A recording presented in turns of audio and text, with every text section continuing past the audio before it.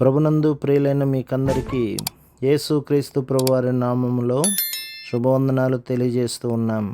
దైవజనుడు బ్రదర్ భక్త సింగ్ గారి పరిచర్యలో నుండి దైవ మర్మములు జూన్ 28. పరిశుద్ధత లేకుండా ఎవడనూ ప్రభువును చూడడు. హెబ్రీ పత్రిక 12వ అధ్యాయం 14వ వచనం. మన ప్రభువైన యేసుక్రీస్తు తన బహిరంగ పరిచర్యను ఆరంభించినప్పుడు పరలోకము తెరవబడి పరిశుద్ధాత్మ పావురమలే ఆయనపైకి దిగి వచ్చెను. మరియు పరలోకము నుండి ఒక స్వరము వినబడెను. పరలోకము తెరవబడి పరిశుద్ధాత్మ మన మీద నిలిచి అనుదినము మనలను నడిపించున్నట్లు మనము దేవుని స్వరమును వినగలుగుటకై యేసుక్రీస్తు ప్రభు ఈ లోకమునకు వచ్చెను. దేవుడు ఆత్మయే ఉన్నాడు. ఆయన స్వరము కూడా ఆత్మ సంబంధమైనదే.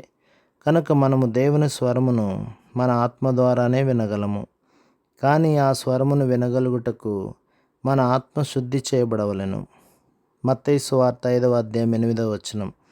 పరిశుద్ధత లేకుండా ఎవరునూ ప్రభువును చూడలేరు. హెబ్రీ పత్రిక 12వ అధ్యాయం 14వ వచనం.